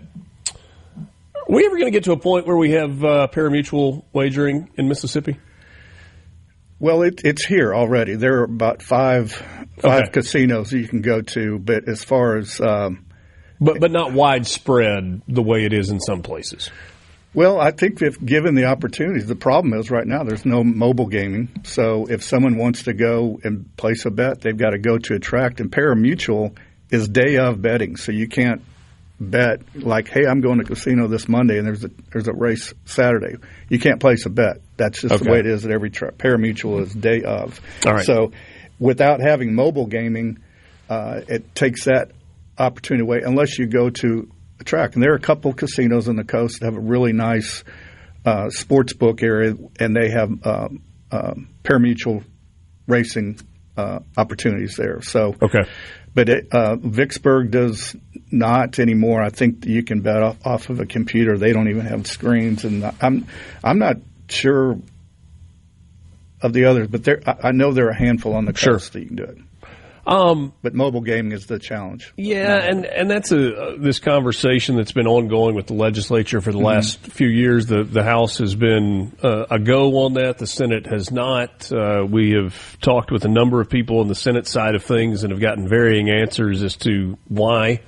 I don't know that we've gotten a clear or a good answer as to why, other than, at least until now, the argument has been, well, our brick-and-mortar casinos, the properties that have invested tens of millions of dollars into the state don't necessarily want it. But we had the gaming commissioner tell us not too terribly long ago of the properties in Mississippi. We're now well over 50%. For a long time, it was kind of 50-50. There were 13 properties, or maybe the number's 25 properties. I can't remember. But it was like 13 to 12 if it was 25 properties. And now that's more like 18-7.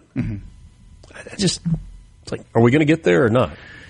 Well, I've somewhat been a part of that on some lobbying efforts with one of our clients, and it's frustrating. I've heard the arguments. Well, it's only bringing in $15 million this year. Well, it's been 8 years now that we've been trying to get it. So how many millions of dollars have we left on the table by not having it? Probably closer in the billions, I would think. But it's what the public wants. I mean, we're one of 3 states that does not have mobile gaming. Everybody else does. It's beyond me. The other 2 are Alabama and Texas, I think. Alabama, Texas. Okay. Yeah. Interesting. Yeah.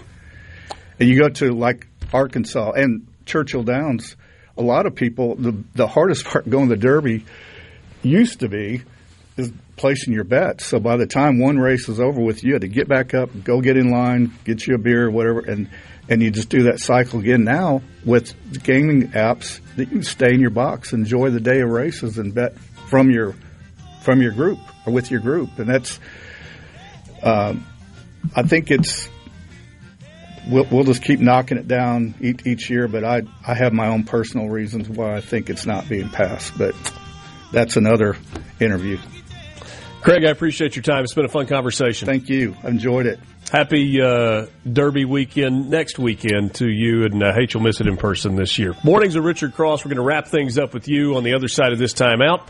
We're presented by Community Bank, online at communitybank.net. Community Bank, rooted in our community.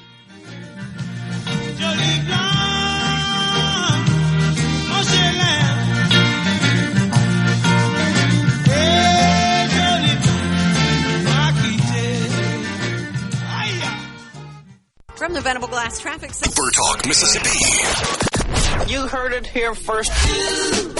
Mornings with Richard Cross. Here comes the news. Pretty boy, she's waiting there for you.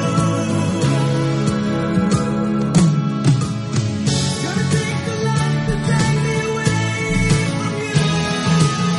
There's nothing that I wouldn't be no more than I do. I passed the rains down in Africa. I passed the rains. Good call. Good. I mean, I know it's your Friday, so I figured I'd get you. Good call. Good call. Get you thinking good things, I have a pair of recommendations for you. Could be for you, Lance, although I don't know if your schedule will allow. But maybe yours will. Tomorrow, join Sports Talk Mississippi in Oxford to kick off the 27th Double Decker Arts Festival. 2-day celebration of music, food, and art on the historic Oxford Square. The music lineup begins tomorrow, and several acts are going to be on the stage, including Shane Smith and the Saints to close out Friday night. And then on Saturday, it's a full day of music, food, running, and fun, with Wilco taking the stage on Saturday night. Don't miss out on the fun. It's the Double Decker Arts Festival. For more information and to see the entire music lineup, the schedule of events, go to visitoxfordms.net. That is visitoxfordms.net. So that is recommendation number 1. Take in Double Decker this weekend. Recommendation number 2, if you're going to be in Oxford to take in Double Decker, you really ought to stop by and see my friends at Belk Ford and Oxford Toyota. They are located on Highway 6 West, so if you're coming in from Batesville, they're going to be on your right as you come in. Really good selection on the lot right now. Whether it's an F-150, an F-250, an Expedition, an Explorer, or a Bronco, they've got them all. And if they don't have exactly what you are looking for, they will work to get it for you, all while dealing with the best financing that you will find anywhere and service that is second to none. And that service is not just with the sales staff, it's also after the sale with their service department, from routine maintenance like oil changes and tire rotations and air filter changes to more complicated things like, rebuilding a diesel engine. They've got a diesel mechanic shop on site at Belk Ford as well. They're going to take care of you, and it's going to be absolutely as pleasant as the car buying experience can be. Tell them I sent you. Belk Ford, Oxford Toyota, Highway 6 West in Oxford. I have been a customer of theirs for closing in now on 30 years. I don't regret it, and you won't either. Belk Ford, Oxford Toyota, Highway 6 West in Oxford. Throw a couple of things at you real quickly as we finish up. The Gates Foundation, formerly the Bill and Melinda Gates Foundation, but renamed for obvious reasons, is reviewing its ties to convicted sex offender Jeffrey Epstein. That confirmation came yesterday as the chairman, Bill Gates, faces mounting scrutiny over his appearances in Justice Department documents related to its investigation of the disgraced financier. The CEO, Mark Sussman, has been given authority by Bill Gates to go through an external review process. So that is happening. The Secretary of the Navy, John Phelan, depending on where you read the story, has either stepped down or has been fired. Regardless, he is leaving his job. That was an abrupt announcement from the Pentagon yesterday. Reportedly, Phelan was called just minutes before a social media post there. There has been significant tension between Pete Hegseth, the Secretary of the Department of War, and the Secretary of the Navy, who was perhaps a little too cozy with President Trump in the eyes of Hegseth, and was kind of operating outside of the chain of command with regard to some of his recommendations and some of his ideas. And that did not sit well. Undersecretary Hung Chow, a 25-year Navy combat veteran who unsuccessfully ran for a U.S. Senate and House seat in Virginia, is going to be the acting Secretary of the Navy. And in the latest of the Iran war scenario, President Trump has ordered military to shoot and kill Iranian small boats choking the Strait of Hormuz. In a social media post this morning, he said the military is intensifying its mine-clearing efforts in the critical waterway. The move intensified the U.S.-Iranian standoff in the Persian Gulf and raised questions about the efforts to end the war. The United States military also says that it has seized another tanker associated with smuggling Iranian oil, the Majestic X, in the Indian Ocean, deepening confusion over efforts to end the war. The seizure comes a day after Iran attacked 3 cargo ships in the Strait, capturing 2 of them. Ship tracking data showed that the Majestic X in the Indian Ocean was between Sri Lanka and Indonesia. If you blink, you'll miss a war update. Pete and Amory is a Toto fan, it appears. I love it. Wants to know if we will be giving away Toto tickets. Well, just stay tuned. How about that, Pete and Amory?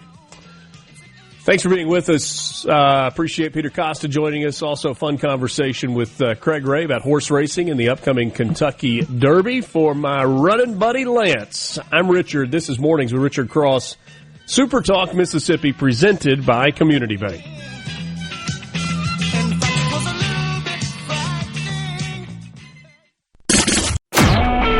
A Super Talk Mississippi media production.